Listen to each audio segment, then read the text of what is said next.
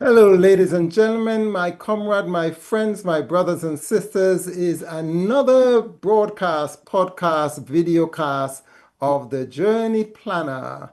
And we would like to welcome you back again. And as per usual, I'll give you the little spiel that we normally have. And boy, don't we have a program for you today. I'm very excited about it. We are on the cutting edge of technology, and we have the man himself. Arto Keshishian. I'm not sure if I got that right, but I tried my best. I hope I haven't butchered his name. But you are in for a ride. Please call your brother, your sister, your aunt, your uncle, your mother, even your grandparents, and tell them that we are on the air. If not, you could catch us up on the replay on YouTube. You can join us on YouTube, and of course on the various social media platforms. Just to show you where we can be found on social media, we have our very own site, and I think you should be able to see the journeyplan.co.uk. You go here and you will be given this little pop-up when our next meeting is going to be. If you X that out, you go to these four little lines in the top right hand corner. You click and you will have different options. Hold on, let me drag myself out of the way. And over here you have a menu. And if you go to resources, you will find a whole lot of our programs that we've had for years. So if you have just a brief time on a Sunday afternoon or Saturday evening or sometime during the week, you can go and kind of just look at a whole lot of programs that we've done, top-notch programs, giving you ideas of how to get from the city to the country. And of course, you can get us on YouTube. And I think I'll just let my techie person, Dell, to drop the various links in the chat, and off you go. As per usual, let us pray. Father in heaven, we thank you for another time that we can broadcast, that we can share, that we can download information that's very relevant to people who are looking to move from the city to the country. And as we speak today, you have given the speaker training, you have given him insight, you have given him experience that he's going to download, he's going to share, he's going to tell us. So may this broadcast reach relevant people. May it reach people that are looking for it. May it reach people who are not looking for it, but they need to have it. And may your word not come back to you void. In Jesus' name, amen. Okay, so if you'll check the chat, ladies and gentlemen, there is a message there, and that message will give you the links to our website and the YouTube channel. I think we have a Facebook channel. I'm not sure about that, but later you can catch us on Facebook too. So today we have Arto. So Arto, where are you based right now? Hi, I'm very happy to be on this program. Thank you for inviting me. So my background is IT. I've been an IT professional for over 35 years now. Most recently in the customer experience and customer service aspects of serving information and IT. And I'll be using some of the information I've learned and gained to share with the group to see if that might help you on your particular journey towards off-grid living and to be able to be independent of systems that you wish to be independent from. Oh boy. So, topic today, ladies and gentlemen, my friends, remember to share the link to someone that may find this information useful. Don't hog it to yourself.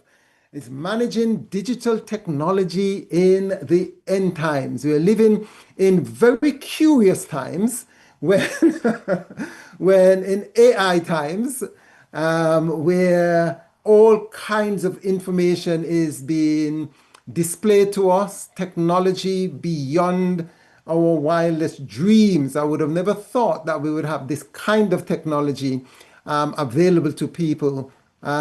And I'm really looking forward to hearing your take on all of this, Art. So what we're going to do, we're going to give the platform to you, and you share with us that which you think we would need. And at the end of it, we will come back with some maybe questions if we have questions. And viewers, please put your questions in the chat. We also will be monitoring YouTube. So if you put your question there, if you're on YouTube, we will get the questions. If you're looking at the replay, we do follow up sometimes, but I am not too sure we would be able to get to all of your questions and comments. So without further ado, Art, welcome again, and you are free to take it away. Thank you. Let me just see if I can share my screen. Hopefully you're all seeing that now. Just tell me Yeah. if you are. Yes, I am seeing it, managing digital technology for the end times. Excellent. Thank you. So, as the title suggests, I was asked to come on board and to share with you some thoughts around what we should be aware of in terms of digital security. Now, how many of us are aware of how many devices that we have connected to the internet right now in your home? You Uh, mean the actual number of different devices? yeah, you've got a router, you've got a phone, presumably you've got a computer, but what else do you have other than the typical three? We have laptops, iPads. Actually, I've even seen on my router something called Ring something or the other, and I'm not even sure what that is. We definitely have the TV attached to. So, There you go. So quite a few devices. In fact, most modern devices come these days internet aware. The so-called term Internet of Things used to be mhm. a buzzword of just a few years ago, and now it's just de facto, and everyone accepts that whatever device, computer device, electronic device we buy, typically that comes with a connection to the internet. And that connection provides information to store your data points, whether it's information about your health that you have on your watch or your monitoring device, whether it's indeed, as you say, your doorbell, storing the video clips of people coming to and fro from your property line, and so forth. So, right now, are you aware of how many companies know where you are exactly right now? Uh, Question. no, not Right. at all. Most of us don't. Most of us are blissfully oblivious as to how our information is being used and what manner they are tracking us in terms of that information. Just to give you one example, one of the technology platforms called uh, Salesforce, in collaboration with other third parties that store data, that's process data and provide analytics, they are able to track your browsing history on your phone or your computer when you are at home. They know when you leave home and what direction of travel you take. And then they see what you've looked at and they try and fashion a way to remind you of that interest that you showed in that product or service, so that at the next opportunity they provide you with an advert that actually encourages you to complete your purchase at your point of destination at a time and place convenient to you. So even though you think that you are not being tracked and monitored, you're very much being tracked and monitored. Your movements, your data profile is being monetized and sold to people that have an interest in selling you products and services. So how much personal information do you think you would be willing to share online? And that's the question we're going to ask throughout the next 15, 20 slides. Most people, the reality is, don't know how much information is being collected and stored on them each and every day. In a separate discussion that I had just recently, we were discussing about the fact that a lot of these social media platforms appear to be free, but are they really? What are you Mm, trading in return for that so-called freedom to freedom. Yes. chat and to have affirmation and to have shares and so forth? oftentimes there isn't freedom there, but we'll look at that in a bit more detail as we go along. Okay, so in this point that I'm trying to bring out here, you have a combination of both criminals and also bad actors. Now, what are bad actors? Bad actors could be, well, local institutions that don't that are malicious in nature. We won't name them. We don't know who they are, but they could be there locally. They could even be state bad actors from a different country that have malintent towards the country or that you're living in currently. So most bad actors want your data. A lot of offshore locations like Myanmar, North Korea, and Mhm. some other regions make it an industry to aggregate your information, process your information, put your information into bot farms, and then try to use that information to compromise and or attack you, or indeed corporations that they feel have some value to extract information from. They do things like steal your money, and that's become systemic now. So much so that when I was compromised about a year or so ago, um, the the the bank just had an automated process to make me sign an affidavit that it wasn't me. They asked me a few basic questions, and they refunded back 90% of the monies that I had inadvertently sent to a wrong person. So even I, with all the knowledge that I've got, was attacked and compromised because of these offshore actors who want to commit fraud. You have also, as I say, your workplace is not safe necessarily. Oftentimes, what we call white collar hackers often use the employee to compromise and hack the corporation. Now, what I mean by white collar hackers, these are hackers that are ethical hackers. They are commissioned by the executive board of a company or the security officer to test how strong the security systems are of a company. And they do it in such a manner that they don't leave lasting damage, but they reveal the vulnerabilities. Many times, the vulnerabilities of the individuals working in the organization, not necessarily the systems themselves.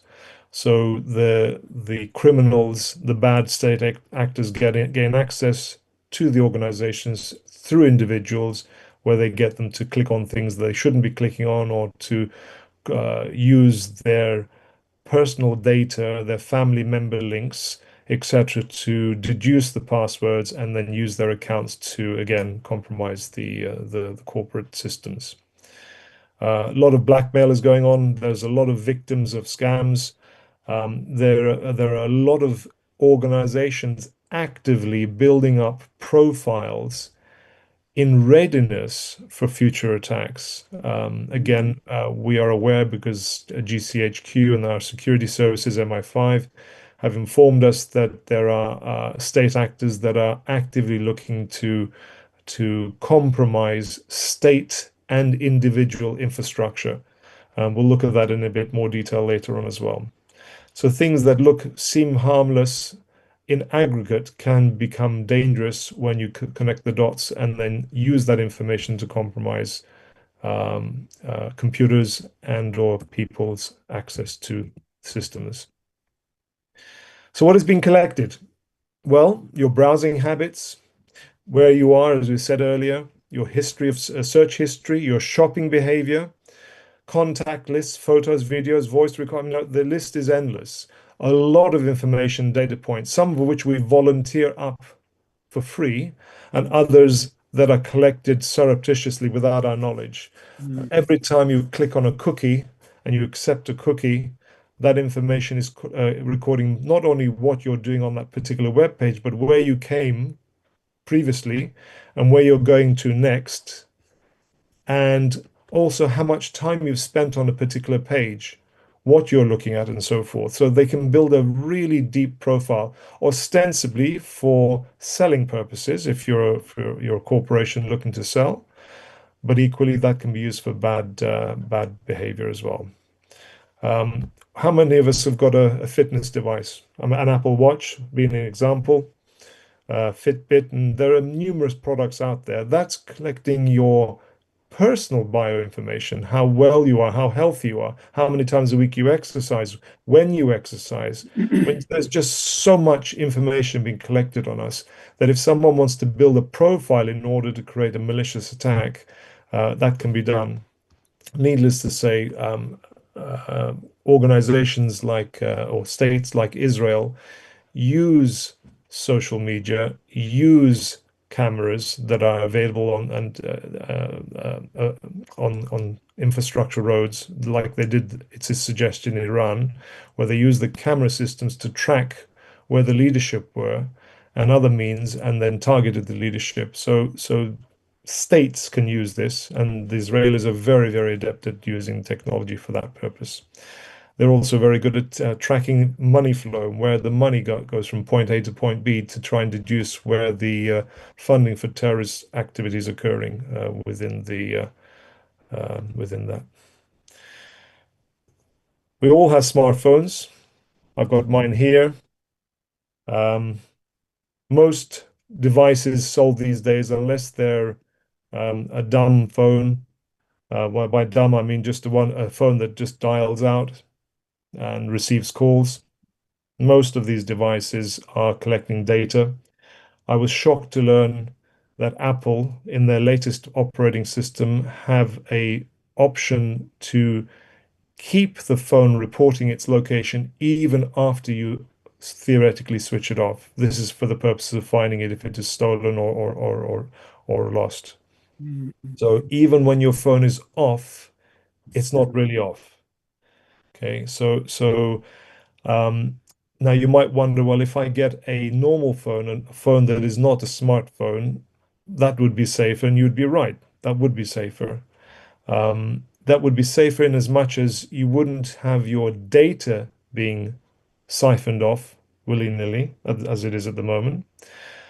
But if somebody wanted to track your location, all they would need to do is triangulate the cellular masts and get an approximate location of where you are using the cell mast technology. So even a standard phone, as soon as you connect to the network, will still show your location. Who can remember during COVID, people buying Apple AirTags like they were going out of business? I mean, the people were traveling on airports through and putting these AirTags into bags, and they were able to find out where their bags were faster than the airlines were when they lost them. So Bluetooth devices report themselves within a 10 or 50-meter radius, depending on the Bluetooth device. And they can tell people where you are.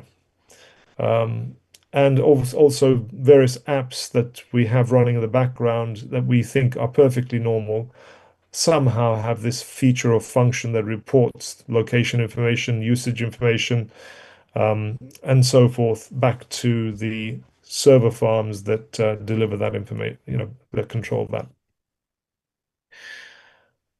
We all know about websites. Many of us have unfortunately become victim for going onto to websites. And now these days with phones or websites, you don't even need to click on anything. All you need to do is open the website, and it's enough to compromise your device, and your device is therefore taken over.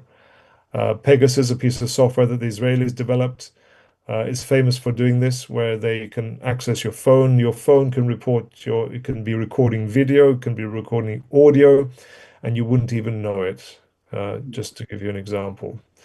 There's also something called tracking pixels. So when you have something embedded into an image, that tracking pixel can be used to track your click and where you were going and where you come from and so forth, and various other technologies in the background recording your very moves and activities. Now you can mitigate some of this by going into what's called incognito mode or private browsing, as in another browser technology verbiage. You can mitigate it, but you can never 100% guarantee that you're not going to be tracked when you go onto websites. So you may want to reevaluate which websites you visit based on the fact that you are not being your browsing behavior is available to anyone who wants to track that potentially. Okay, so just keep that in mind. That's the discipline that each one of us need to start developing. And I think uh, Wilson, you said you had a smart TV. A Mhm. lot of smart TVs come with cameras on top for purposes of Skype. Back in the day when Skype was still active, of course, now no one's used Skype because it's been switched off. But various conferencing tools, etc., doorbell cameras, fitness trackers, smart home devices. My Google Nest device, for example, tracks when I leave my home, tracks when I Mhm. come back, sees what the activities in the hallway, and sees what I'm using, how much energy I'm using at any one time, what devices are probably on as a result of having smart meters.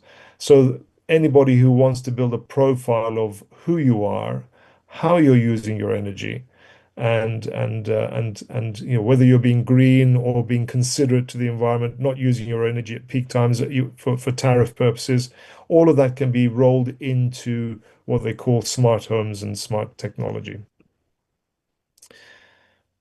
Who's heard of phishing? Not the Galilean type where you throw the nets and catch lots of fish, based on the Bible's example. This is where you have attackers sending emails, texts, or phone calls that pretend to be various organizations, government agencies, employers, friends, or family. In my case, I had a text message from what I thought was a member of the family, and that's how they got me at New Year's Eve when I was busy with other things and I didn't have time to check. So their goal is to trick you into revealing your passwords or financial information. Whenever you get these calls, and we can all register for the telephone preference service if you're based in the UK, it reduces the number of nonsense calls coming from India and other places, but it doesn't 100% remove them. And in particular, when your telephone number is being divulged in a list that has been compromised by a corporate hack, and that list gets repeatedly sold and handed from one hacker or one malicious player to another, you suddenly get more and more phone calls. So once I was cheated, as I say, a year or so ago, on a regular basis, at least 2 or 3 times a month, I get these spurious calls pretending to be from a telephone company, pretending to be from an energy company, etc. And numerous text messages asking me to click on links. And of course, I don't do that. I don't click on it. When I get those calls, I politely ask them to take me off the list, and I know full well they won't do that. But so once your number is out there, it's very, very difficult to pull it back. Incognito, a product that is being sold, helps by going across various websites and portals and trying to track where your information is held and ask those companies to remove that information. But that's a paid for service. So in principle, it's very, very hard to remove the information that's being aggregated against you, financial or otherwise. Identity theft is far more common than most people realize. Mhm. You may have people opening accounts in your name, apply for loans, purchase goods, commit fraud, etc. My cousin, only last year, she got her identity stolen, and the person in question opened up an electricity energy account in her name, and she started getting the bills for it, and she took at least, I think, 9 months of trying to convince the energy company that it wasn't her, that her name and her identity had been stolen. And eventually, after 9 months, they agreed, and then they reversed out the charges, which were not insignificant, just to give you an example. So it's commonplace, far more common than we might realize. Other areas that can happen is you can have your account taken over. A password can be stolen through your email accounts, social media accounts, cloud storage. How many of us back up our phones, etc., to cloud, our computers, our iPads, and whatever have you? Or even sometimes banking service. Banks are not immune to being hacked. There are numerous examples in the last 5 to 10 years where banks have been compromised and key information stolen. Sony has been stolen. number of organizations have had information stolen, and they've used, and unfortunately most of us use the same or similar passwords from one account to the other, Mm. and criminals know this, and as a result they use that information to try and access your other accounts, and then they again build up a profile, build up an attack pattern for whatever purposes they might be wishing to go forward with. You've also got potential for stalking and physical security risks. So there's an example that was shared by I think a friend of Doug Batchelor's. He was broadcasting on YouTube and said that his friend tried to sell his phone on Facebook Marketplace. He met the individual and showed him his phone in a mutually safe place, he thought. And while the individual was checking over the phone, he suddenly dashed away with his phone into a waiting car and zoomed off. Now, luckily, they caught a picture of the number plate and reported it immediately to the police. And I think within 5 or 10 minutes, the police had tracked down the car. It put a bolo out. Of course, this is the US. They tracked down the car and asked the individual in question to identify the criminal and identify the stolen phone, which he did promptly, and asked, "How on earth did you find him so fast?" Oh, he said, "We have loads of cameras at every junction, and our computer system immediately pointed out where exactly this individual was, and we were able to swoop down on him." Now, this was in, I think, Sacramento or LA, some city in the US. That technology exists here in the UK in spades. In fact, from a camera perspective, UK was, until fairly recently, one of the most surveilled countries in the world. I think China and I think one other region might have taken over now in terms of that. But there are a lot of cameras around, and many of those cameras are linked into facial recognition and number plate recognition systems for security purposes. Ah, my favorite subject area, and the rise of artificial intelligence in scams. Um, I know of examples. Actually, I won't mention names, but a very close relative of mine was approached on WhatsApp in their own unique language, written in English, but with English letters, but in a obscure language where only 2 to 3 million people in the world speak. And it was utterly convincing, asking for money, asking for help, etc. Remarkable. So AI these days can be used to mimic any language, any translation, any accent, any voice, so that when you get the call, you're thinking you're talking to a relative or a friend, but it's not. It's an AI computer. They can create fake images. They can create deep fake videos.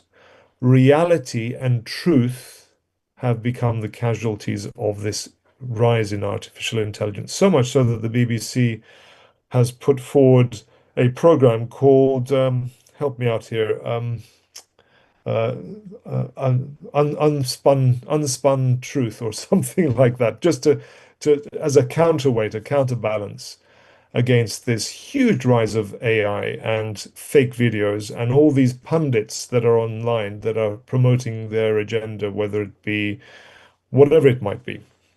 So it's getting very, very hard to detect what is real and what is fake. And we know that in the end times, AI can and very likely will be used to create fake narratives of particular groups and subgroups in order to cast them in a negative light.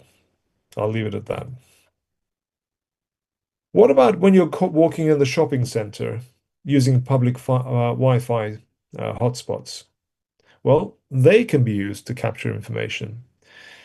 When you're browsing using public Wi-Fi, let's say you've stopped at a motorway station and you are grabbing some food and some fuel, and you log into the hotspots, If you use the public Wi-Fi and you're not encrypting your session either through a VPN connection or through an HTTPS, which is a secured web link, any information you type, any information you share will be viewable by whoever has set that Wi-Fi network up and or whoever has decided to hack and compromise that Wi-Fi network remotely. So the intended issuer of the Wi-Fi may be oblivious to the fact that their Wi-Fi is being monitored and hacked by a third party, maybe in a different country, gathering all this juicy information about your username, your password when you log into your various accounts, whether it be Facebook, WhatsApp, and so forth. Every time you send information, it can be tracked and trafficked. Whether it be emails can be parsed, sorry, which means interrogated as they are transiting through the internet from the public Wi-Fi to the routers and to their destination. At any point in the internet from point A to final point B, that information can be intercepted. And again, if it's not encrypted and secured in some fashion, that information can be read and used to compromise you. Now, even when you encrypt information, either through a VPN or through a secure web page, that doesn't guarantee that your information won't be hacked or viewable. It just means it will take a little bit longer to be able to be viewed. About 15, 20 years ago, the French government wanted to introduce what's called 256-bit encryption in order for protecting banking transactions. And the US stood against that, saying that's not right. They didn't want to do it.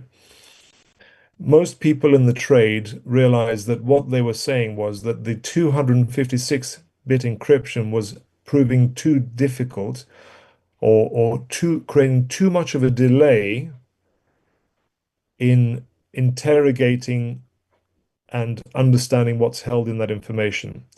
So the UK GCHQ aggregates and collects information and shares that readily with the US National Security Agency, the NSA. I'm not saying anything that's secret here. Um, the difference is that they collect all the information, and the information that cannot be interrogated and parsed immediately is then stored on huge servers and huge databases. And then the computer, very, very powerful computers, are set to work to unencrypt that information to deduce what is being gathered for the purposes of tracing and tracking. So even encrypted traffic can be interrogated. So nothing is safe, but it is safer than using open systems, point A to point B, because an average criminal, a kid sitting in his back room deciding to be a hacker, it proves it a little bit harder for them to go through and to use compute power to process and crack that open. So it's always better to use encryption. It's always better to use secure protocols than not. And just be aware that when you're in public Wi-Fi, assume that everything is getting tracked and by malicious people. How many of us have posted, and we know examples of where kids have posted their bedroom and given examples of where they are location-wise, and criminals have used that to locate them and then steal information from them when they're not at home, for example. There is just so much oversharing going on in social media, by and large, and it's a great tool and it's a free tool, so to speak. But your information is being sold, your browsing habits are being sold, and you're giving a wealth of information to third parties who, if they wish to be malicious, can use that to compromise you. Stay away or minimize what you share on social media if you possibly can. We talked about this a little earlier about data breaches, and they go on at a surprisingly high level. Many organizations choose not to report data breaches because it compromises their reputation and their goodwill in the marketplace, which is a tangible asset for them.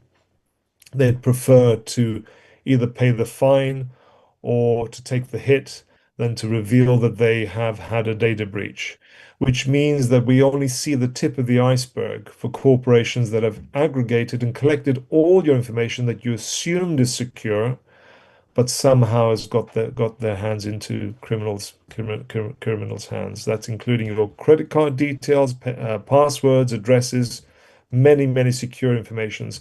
In fact, it's not limited to corporations. Our very own government here in the UK has had numerous data breaches, some from outside state actors, which have compromised their information. Laptops holding very important information have been left on trains and taxis and have been compromised and then left in a rubbish dump afterwards. So it's a very you can get overwhelmed by this if you're not careful, meaning that you won't use any technology. I'm not advocating that. You just need to be cognizant that there will be a possibility of your information being leaked. So what do you do to mitigate? Well, regular password changes, try and not be a creature of habit. Don't divulge too much information on social media. These are all things that you can do to try and mitigate some of these activities.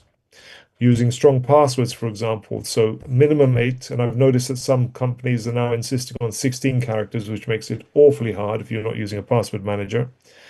So capital letter, ideally with a one with a number and with a special sign are ideal. Minimum 8, ideally more. Things that are not related to you, like your birthday, your daughter's name, your favorite dog name, which you've already reported umpteen times on social media. Just be sensible in terms of how you use your passwords if you can. And if you can use a decent password manager that can collect that information and hold that information in secure storage and then present that when required, that makes the memory a little bit easier to use. What is multi-factor authentication? Now, most of you would have used that without realizing the term, but basically, when you log on to something or website or an app, the multi-factor authentication just doesn't rely on your username and password, but it relies on a secondary form of authentication using a pre-existing device that's recognized, i.e. your phone. So it'll send you a text message or a little code, etc., and you're meant to enter that code into the logon process. This is so that if your username and password's been stolen by a malicious crook or a bad state actor, you have a means to hopefully intercept that attempted logon and ensure that it's only you who's logging on and not somebody else. Oh, one other thing, keep your software updated. It was discovered, and we all think Apple's are safe products, and generally they are, but a huge vulnerability was exposed on Apple as well as other platforms, which forced them to do a big update. So always keep your devices well updated to the latest levels, if possible. Obviously, we all have a rushing life and we want to get on with life and do what we need to do.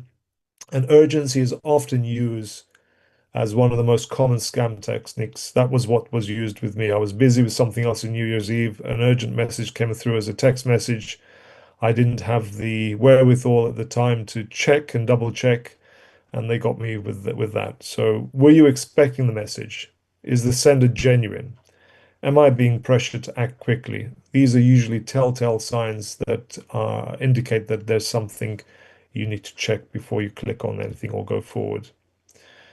Other practical steps you can take is check your privacy settings. So most people may not be aware of where our privacy settings are, but in the browsers, they're in the setup menus and the system settings, and you can check on what you're granting access, where you're granting permission for location, for camera access, microphone, access to your photos, access to your social media. You know, there are numerous things on your desktop and on your phone that you can check and restrict if you feel that's over the top and unnecessary for the use of the application that you're potentially going to be using. Obviously, this is common sense. Avoid home addresses. Avoid sharing your future travel plans. financial details, and any personal identifiers. These are just common sense things, really. So I'm not going to dwell on that. The other key message I'm trying to share, or would like to share here, is that technology, I'm not an anti-technology. Despite having said all of that, I'm not advocating that you don't use technology, but that you use it more smartly. You need to be wise in how you deploy and use your technology. Someone recently asked me when I was in a camp meeting in Scotland, should I use social media to promote my charity and my business? And I said, absolutely yes. There is benefits to be had by using the technology that we have around us, but be prudent in what you share. Minimize the risk by not sharing key information that is unnecessary. Um, you know, we all want to have access and convenience and be able to use our tools and our devices. And technology can be a force for good. But the key message coming from many of the vendors, and I come back to this point about AI, and that is that it is very, very um, easy for AI to circumvent protection, look at vulnerabilities in systems. Only recently, we had Claude, or not Claude, but Anthropic issue a product that was so powerful, according to their technology brief, that it could hack and destroy entire state infrastructure, power stations, water grids, key financial institutions, etc. It can bring a country to its knees just by deploying this tool and getting into the hands of bad state actors. So think technology is accelerating very, very fast. We need to be prudent. And particularly if you're looking to try and extrapolate yourself from the hubbub and the buzz and the city kind of lifestyle and be more off grid, it would be wise for you to start learning how to mitigate and minimize your exposure so that you can feel more secure as a result of using technology more smartly.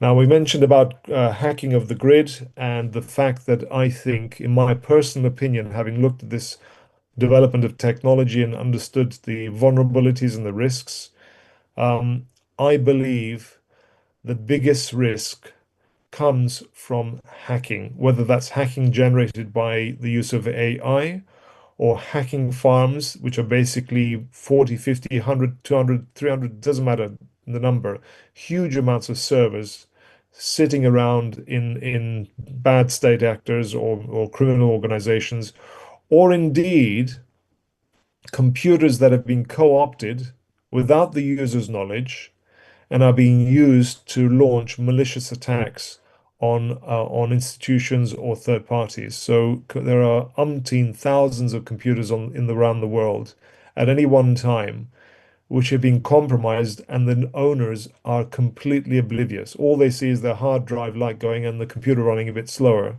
And why? Because it's being used and being taken over by these malicious players, and the compute power and the internet connection and the CPU power, etc., is being used to attack and compromise somebody else or a financial institution. But my biggest concern is the attack on our water supplies, on our electricity supplies, and on our energy supplies. And we've seen the United States, when they attacked in Venezuela, they used these very methodologies to compromise the electricity grid in Venezuela and to switch off the communications networks to create shock and awe and to be able to provide confusion for the security services to go in and take Maduro out of the country. So the acceleration and use of knowledge is increasing exponentially. The use of low-cost tools and, quite frankly, drones are changing the shape and fashion of how governments and organizations attack one another.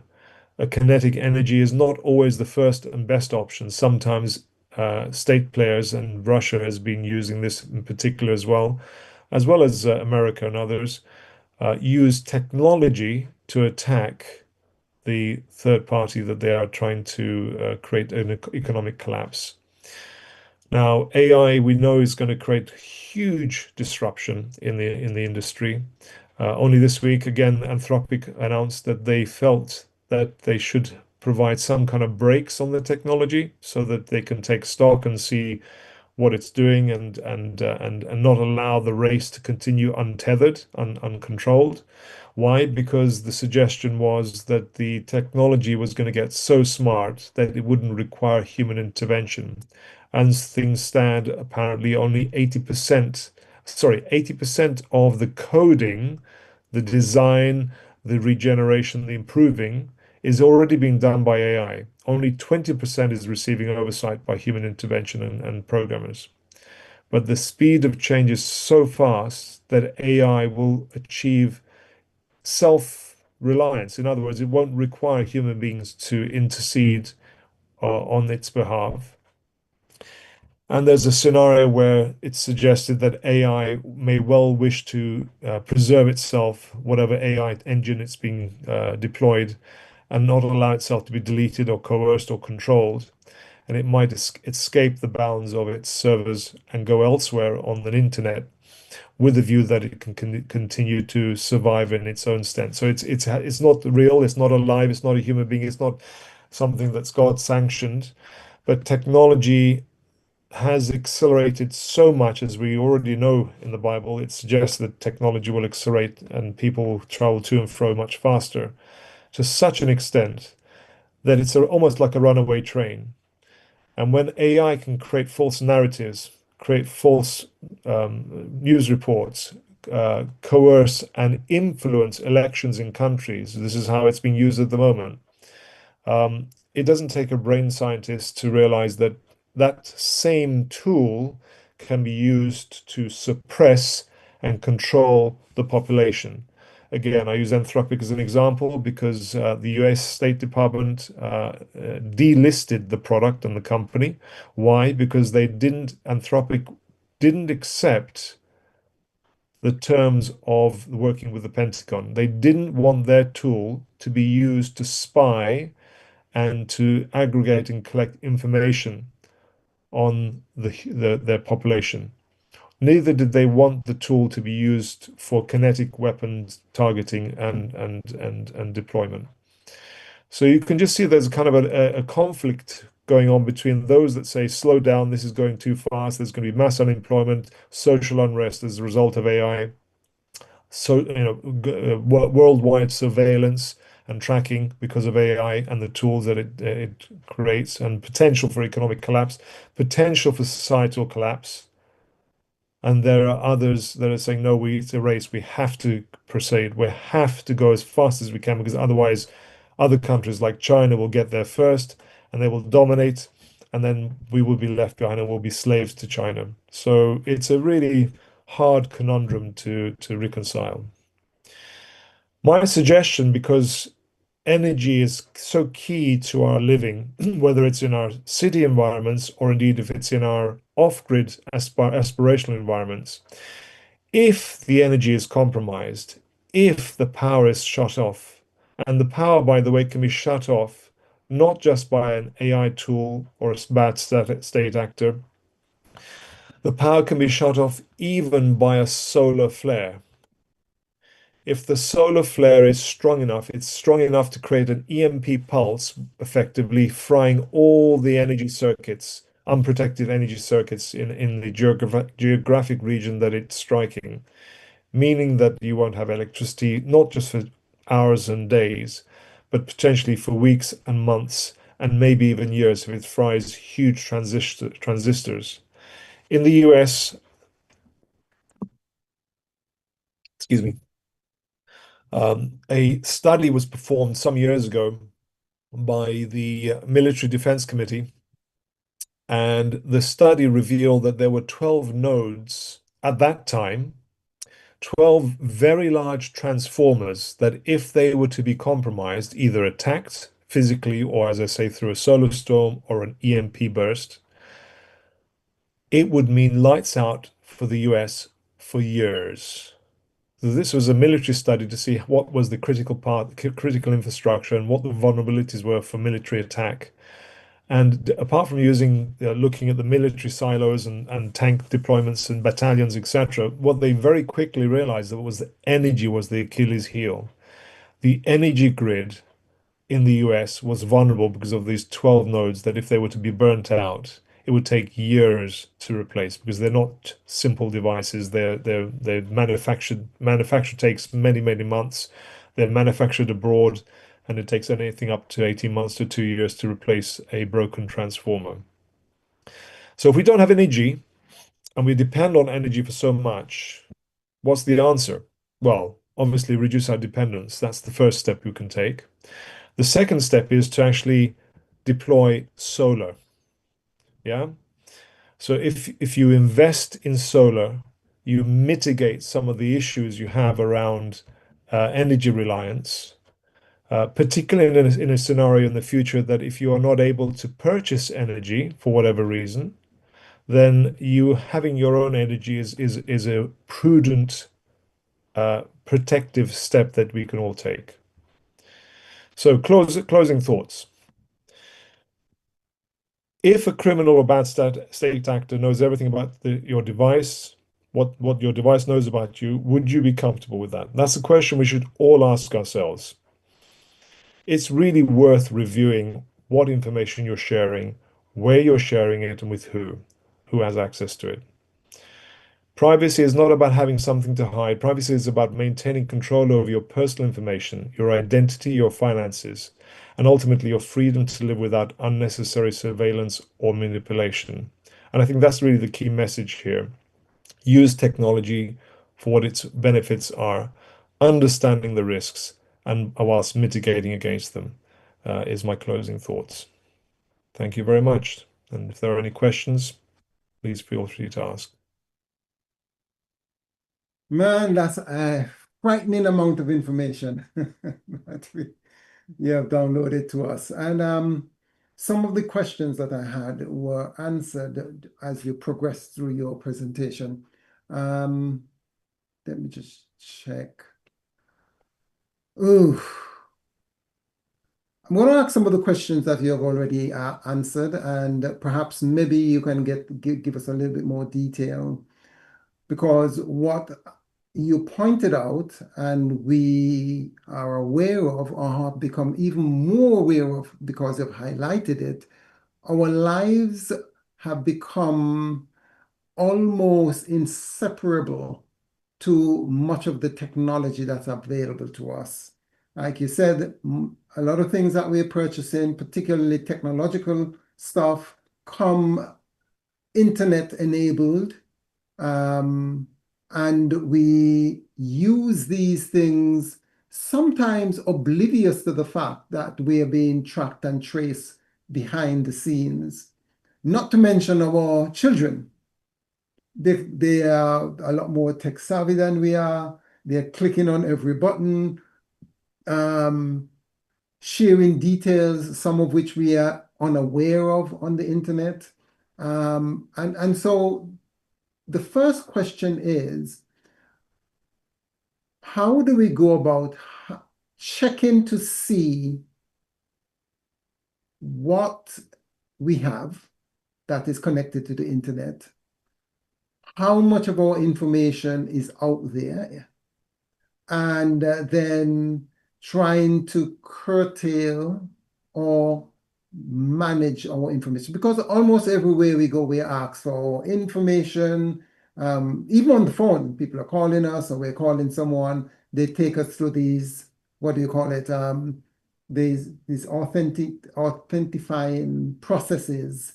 And sometimes, I remember just going to buy something at the store, and they asked me, oh, home address.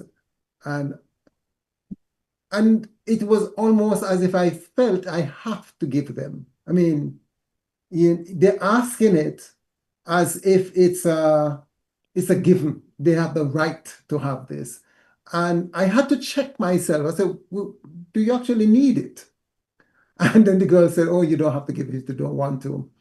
But the way they present it is almost as if you need to give it, else you're not going to be served or something like that. So one, how do we check to see if we can, what information has gone out on the internet, on the interweb, on us? And B, how can we go about minimizing the amount of information that we put out, given the fact on every website we go, there is a pop-up to say, you agree with, you consent to the cookies, etc. And it seems as though you can't go any further until you click yes or something of the sort. What recommendations would you give to us? Yeah, great questions. Thank you for asking them. So I think let's take the last one first. You are. I mentioned about Incognito, which Yeah. is a tool, a company that goes kind of forensically and scours the web for all your data points, but it's a paid for service. So if you don't want to pay for information for your data to be removed, and I don't think even they guarantee 100% removal, you need to start using different habits, I would suggest, in terms of your approach. So how many of us have had, I mean, I chuckle when I see it, emails that have their first and last name and then the year that they were born. It's just so commonplace, isn't it? Most people don't even think about it. They just put it naturally, and I just chuckle Yeah. because that's data point number one. Name, first and last name. Data point number two. And then if they have your data, then if they have a third data point, that's enough for a hacker or a malicious player to launch an attack on you. Yeah. So common sense would suggest you don't divulge information that you don't need to. So what I tend to do is if you have the opportunity, generate or use multiple emails, one that is going to be for your purchasing activity, Hmm. that is innocuous and that you can use. And then if you have to use a browser, a particular browser, because you have a choice of loads of browsers these days, use a particular browser that you use for purchases with that particular email, and keep that activity separate from what you're doing with, say, more private information where you're trying to share with your family or with fellow believers, etc. And start kind of creating silos, if you will, Hmm. between your public persona and your private stuff. Only share as much information as is necessary. Don't share more than you absolutely need to. It's difficult because I mean, I practice what I preach as an IT consultant.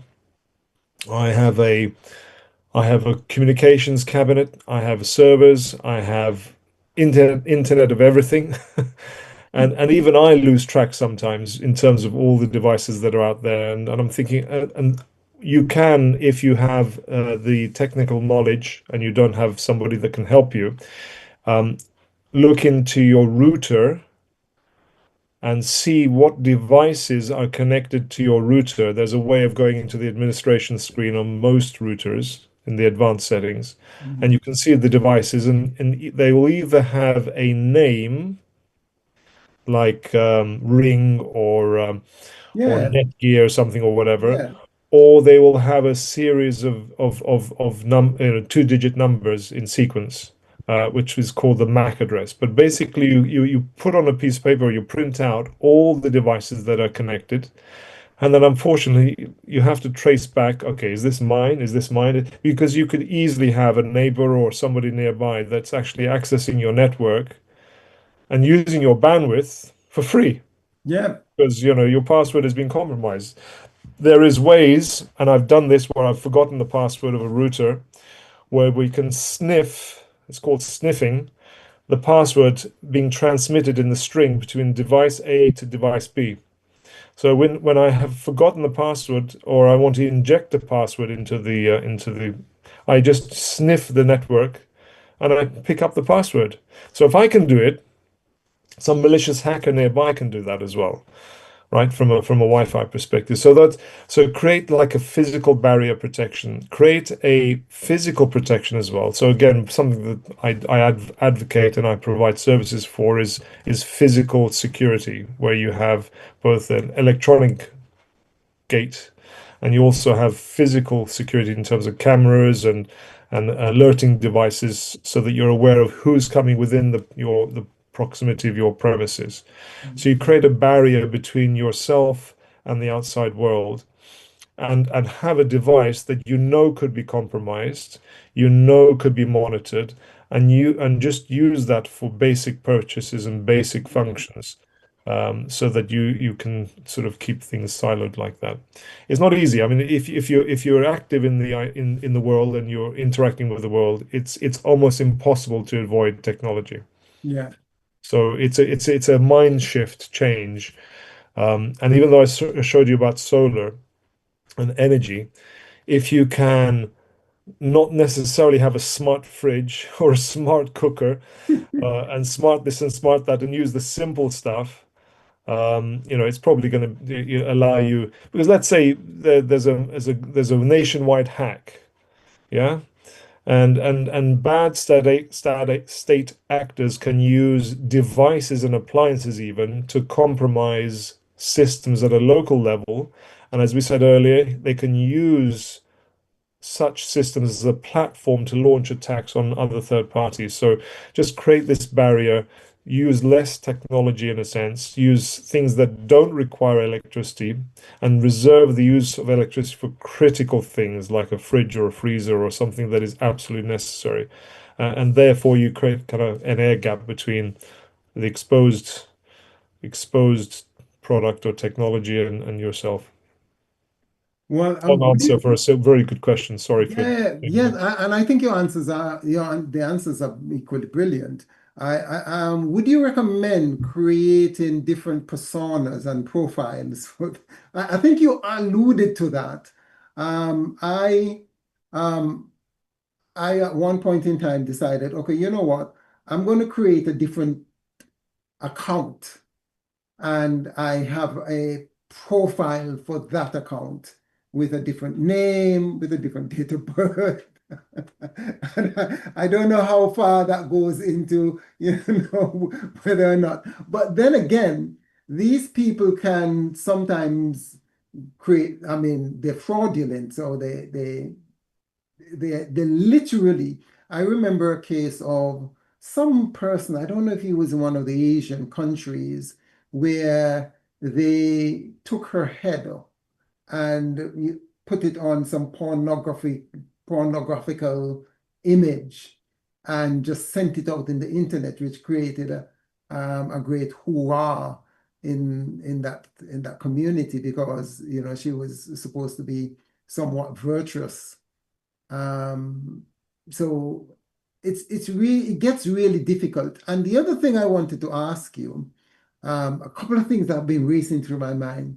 When you mentioned about how they can, in terms of statewide intervention, just today, I picked up someone from the airport who came back from Jamaica, and he was giving me this story, which plugs directly into what you were saying, that a US naval ship just appeared in the waters of Jamaica, and in a couple of days in, there was an island-wide blackout. By the time, I think it was for a day, over 24 hours.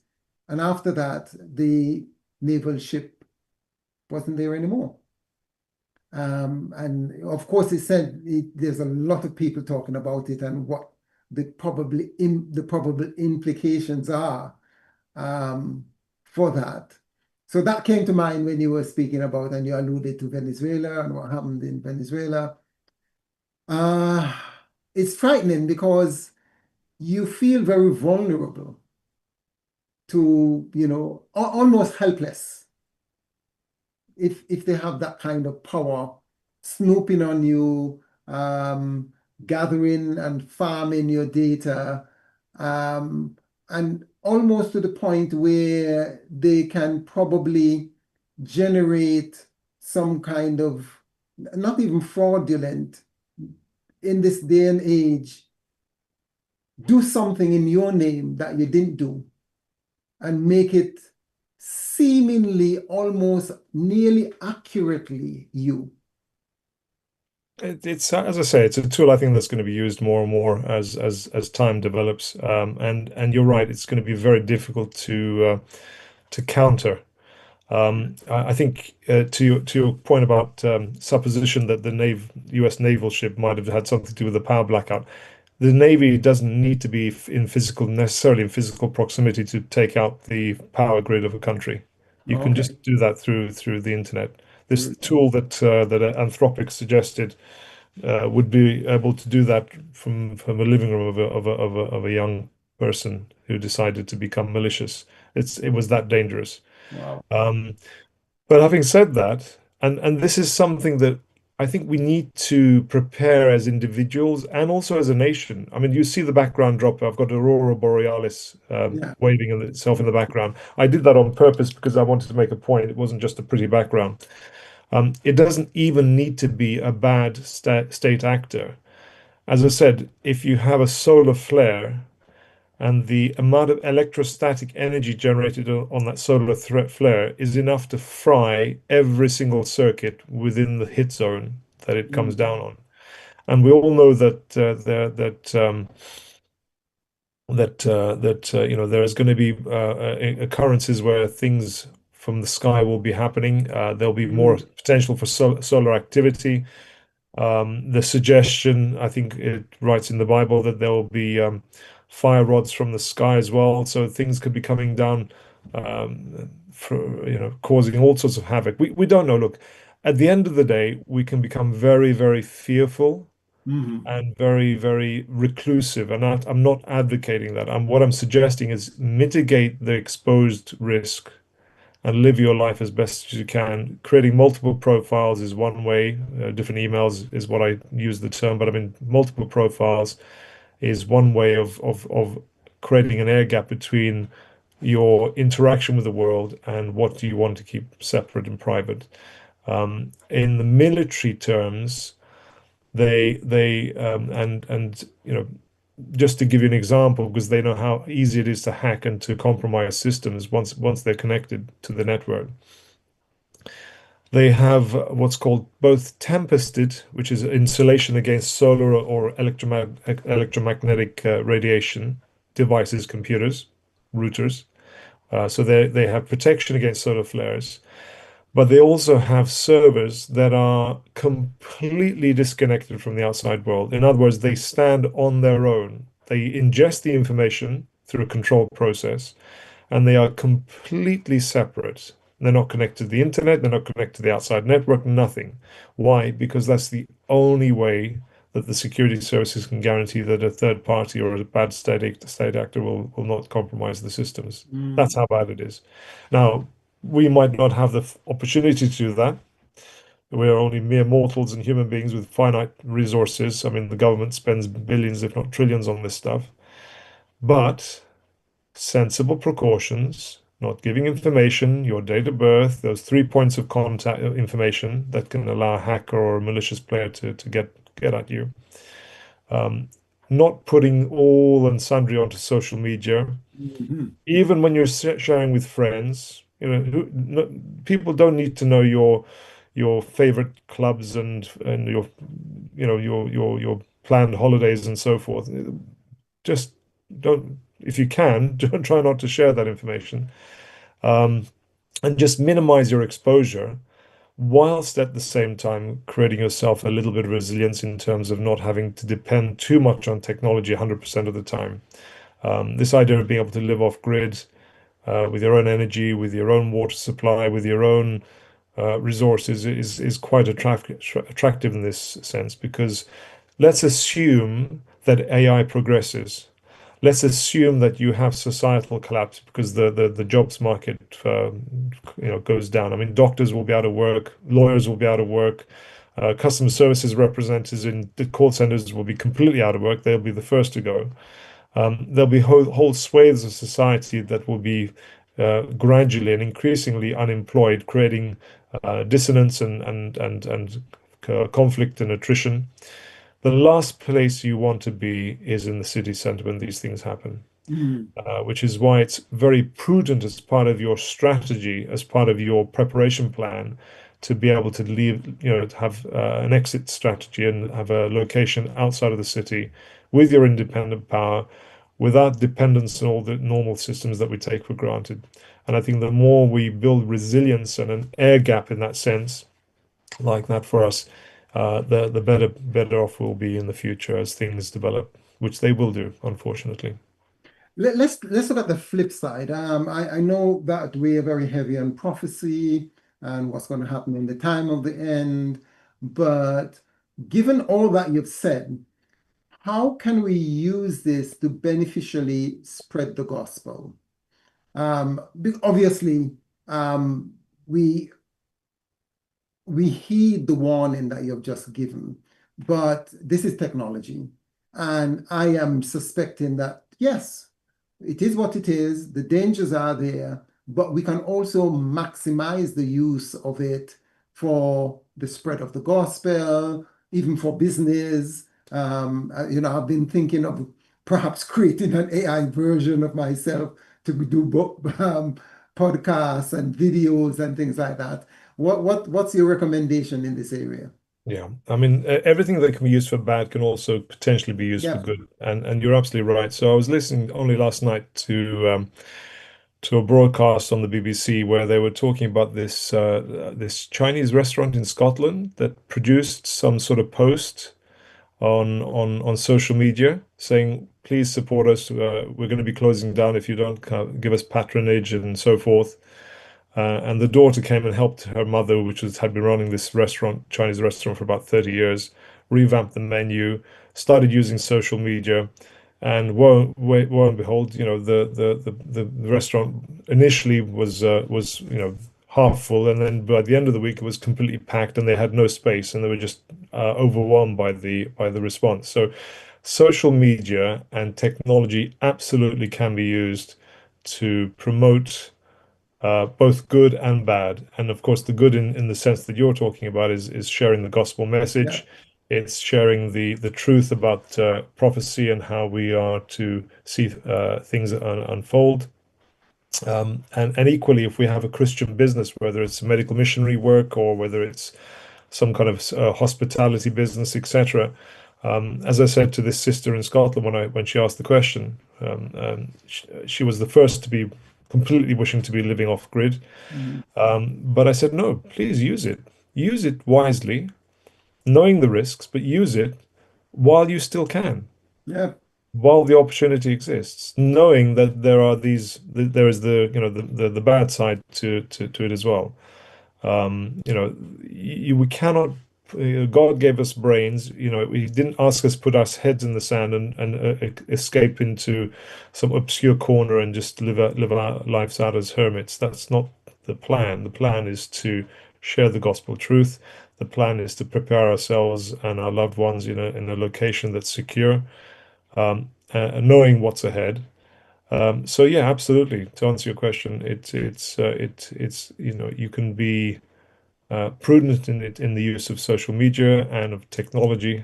And I'm a technologist at heart, so it's my trade and profession. So I would say that. But I think, as long as you know the risks, I think you should be able to use it.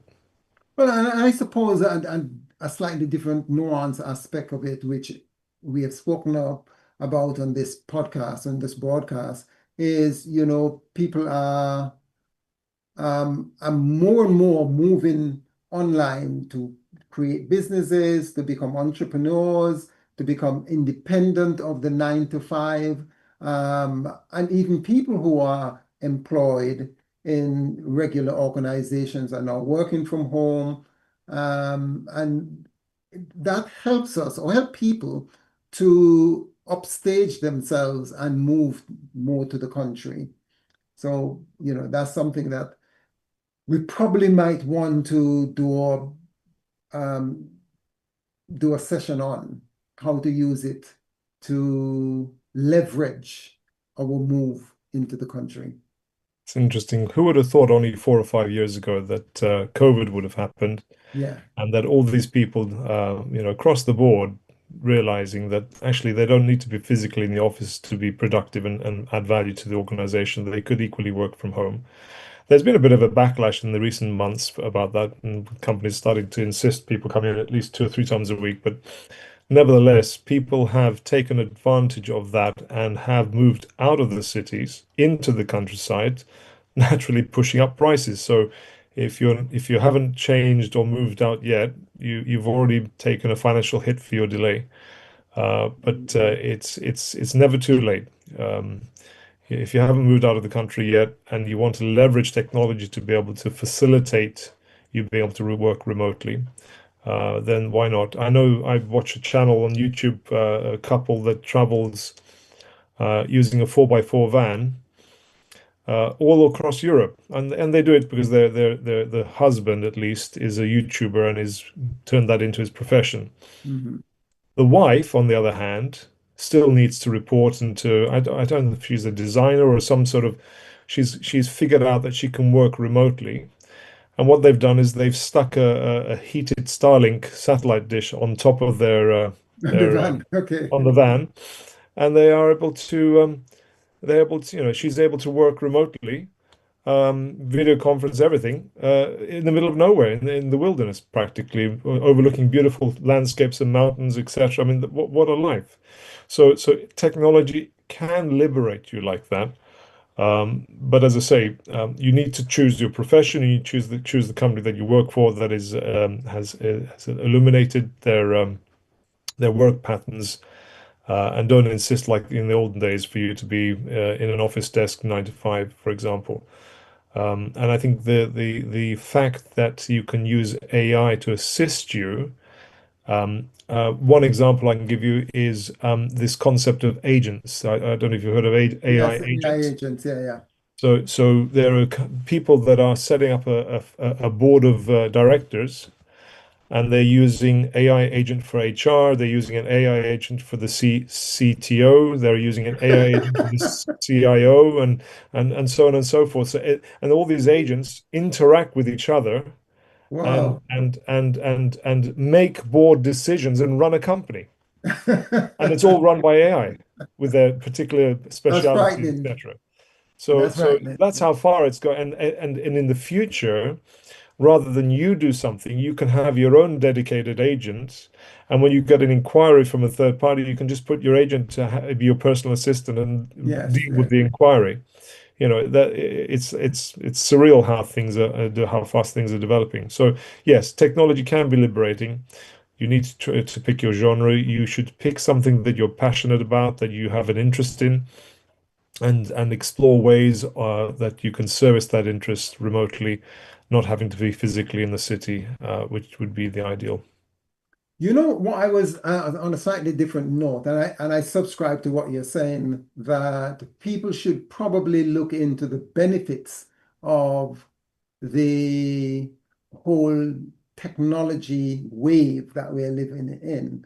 And of course, you've given us warnings, and once we come to terms with the the the price to pay versus the benefits to be had, we could make informed decisions.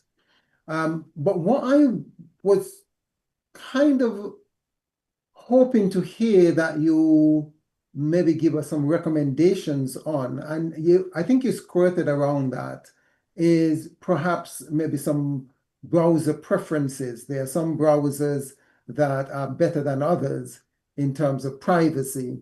Could you give us a little bit more detail? You mentioned it in passing, but it would be useful if you could make some recommendations to Sure, us. sure. So generally the open source community products tend to be a little bit more, how shall I put it, less intrusive and respecting your privacy a lot more.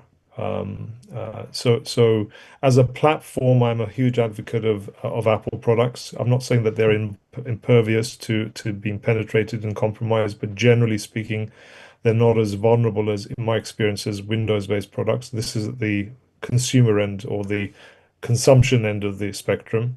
Mhm. Equally, at the server end, there are various technologies, but I don't think this forum is for that particular discussion. So browsers like Mozilla, if you're using Is that incognito Mozilla mode, you can, Firefox?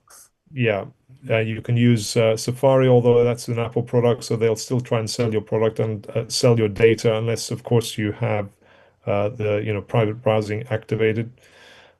So yeah, I mean, most companies provide recognizing this, and there was some legal cases on this a few years ago between the European Union and the US organizations. So many of the companies that produce browsers produced this private browsing where you couldn't be tracked, you couldn't have cookies installed automatically, and so forth. So it depends on how much you want to trust them, because if your system is compromised, it doesn't matter how good the browser or the product is, the information, whatever you tap onto your screen, will be picked up by the Well, intercepting code. yeah. So So, maybe so you that's the should tell reality. us, just to muscle in here, maybe you should tell us, because based on what you're saying, we could be blissfully unaware that we're being compromised. So from a layperson point of view, how can I check? Is there a way to check if I am being compromised? Yeah. Before the checks, I would suggest you go through a process of following good practice. Now, good Yeah. practice is not having your devices at your home connected directly to the internet without first going through some sort of a firewall. Why? Because if you've got no firewall, and what is a firewall? Firewall is a technology, either a piece of software or a physical hardware that is coded to stop outside organizations and malicious people from tapping into what's called open ports Hmm. on your browser and your computer, and being able to sort of effectively compromise you that way. So firewall provides one level of protection, a virus checker, and also an anti-advert checker is another way of providing some level of protection. But even those systems won't stop if you click on a bad link and you initiate the procedure. Mm. There's a 50-50 chance that they may not pick up the fact that there's something happening on your you're being compromised, yeah, especially with these more advanced systems. So if you click on something, it will may not pick it up. But if something comes from the outside trying to gain access to your computer without you clicking something, chances are that'll be intercepted either by the firewall or through your virus checker. So keep your virus checker. First of all, install a virus checker. Keep it updated. So pay your subscription if it's not a free one, and also have something of a half decent firewall on your router so Mhm. that you don't have complete unprotected access to the internet. Because believe me, and I've looked at this through a sniffer where I've physically removed the firewall to see if I can have a speed improvement on the internet. And yes, I did get a speed improvement on the internet, but with almost within seconds, these what they call bots Mhm. detected there was an unprotected link and started trying to attack various ports to see if they can gain access to whatever was connected to the internet. So practice good behavior in terms of installing good protection tools on your systems if you can afford it. And just don't click on things that you're not aware of, or that Unrecognizable. you don't recognize. I mean, it's just common sense at the end of the day. You can only there's a balance to be had between protection. I mean, I used to work for a company called Intel Online, and they would have protection in depth, meaning they would have about five, six, seven, 8 layers of protection of physical hardware and software that would protect each layer before it came to the actual server farms inside the data center, just to give you an example. But to maintain and manage that, I mean, it took a team of 40 or 50 people just to keep on top of that. Yeah. Why? Because at the time it was a $25 billion company, and they're using the design of that $25 billion company to provide a data center service to third parties. And it was overly heavy and it was very complicated. Each time the change had to be made, it would have to be carefully planned and executed with change controls, etc. So what I'm trying to say is you can go to that extent and spend a lot of money and have a lot of obstruction and delay and whatever in whatever you're trying to do. And the other extreme is you have no protection, you just go willy-nilly and you hope for the best, which is not a good strategy. So somewhere in the middle, where you Mhm. have some level of protection, some common sense in how you browse, how you click, what you do, etc., the right products, the right platform, and so forth. And then the rest you live in God's hands because you can never provide 100% protection unless you go to these extreme levels, which are too obtrusive for most people. Okay, so before we go to something that sprung into my mind, families, parents, and children. Children who are much more queued up than parents, who are able to bypass um, some of the safety procedures that you put in place. What would you say to these? And you know, how it's a bit of a conundrum. You have young children who are excited to go on the online to play games, to um, have all the the the the the, the benefits, and they have the latest gadgets or want the latest gadgets, the latest iPhone, the latest iPads, and all of this. Share some words of wisdom to parents who are tearing their hair out Yeah. on this.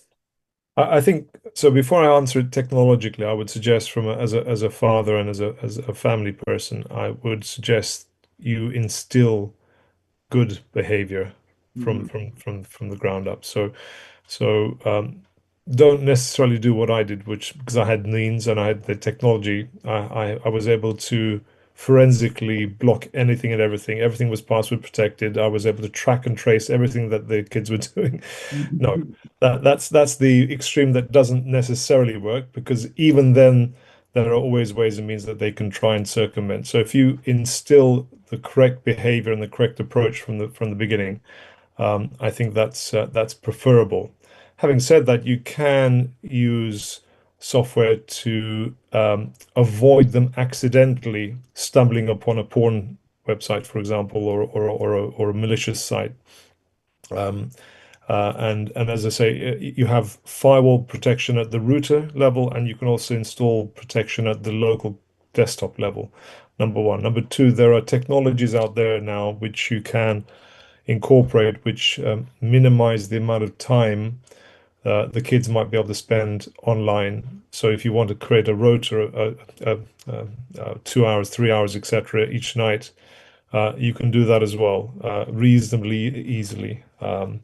Some of these are paid for services, but if you want to, I can advise offline in terms of the technology that you can use to install into the kids' computers that way as well. But the principle is install good behavior, responsible behavior, and explain to them why it's dangerous and why they shouldn't go there, and install that pattern of thought from the ground up. Okay, thank you. I'm just checking the chat here. I think there are a couple of suggestions here about having protection in on your system, Wireshark, VPN, Yeah. DuckDuckGo DuckDuckGo. is, yeah, no, that's perfectly valid. Uh, countries that are restrictive also use Tor browsing tech or Onion browsing technologies, which basically is kind of a VPN type technology built into the browser, where it randomizes the access so that the surveilling authorities can't see where you're coming from. So if you're in a restricted country, let's say Iran, for example, they can use that But again, it's like a cat and mouse. You can use these technologies on the one hand, but the providers, the state providers that provide the internet access, they can use their technologies to try and mitigate that. So it's a kind of a constant battle. But you can create a more private browsing experience where you're not tracked, either using a private search engine like DuckDuckGo, or an onionized, what they call an onionized, or a Tor-based browser as well, which is another option. Okay. Okay, well, thank you very much, my brother. You have been a wealth of information. And I think it is a suggestion that we are going to be having you back because this is only a part one. So we're looking forward to having you back. Any other questions? Are you open to people connecting or contacting you? Yeah, no, by all means, if they have any queries on the technology side, or if they want inquiries on the energy of solar side, I left my page details at the very end of the presentation. But it's info@technospec.com, or my number 019. Well, it's a UK number. I can publish that afterwards if you like, or I can say it now. Okay, yep. So yes, so that's the website you can contact Brother Arto. And if you can get in touch with us, we could forward your details on to him. All right, it was a plum pleasing pleasure to have you, and we're looking forward to having you back again as we discuss matters that are relevant to all of us in this time in Earth's history. Are you able to pray us out? Sure. Okay, good. Heavenly Father, we thank you for this opportunity to share, for us to learn, and for us to apply the knowledge that we've learned. Lord, we know that there are going to be uncertain times ahead, but we know that you have given us minds to be able to think and to understand and to take preparation. And let us do everything that we do that will be in accordance to your will and what you want us to be. In Jesus' name I pray. Amen. Amen. Thank you once again, ladies and gentlemen. We are going to see you in July. First Sunday in July, we are back online again. Remember to come online and share the details of the various links that we have with your friends and family. Take care and goodbye. Thank you again for watching the Journey Planner SDA. Remember to Okay, subscribe, like, and share the links to our YouTube and Facebook that broadcasts. was powerful. See you Thank at the you very next much. episode. I'm glad. Hopefully it worked for you.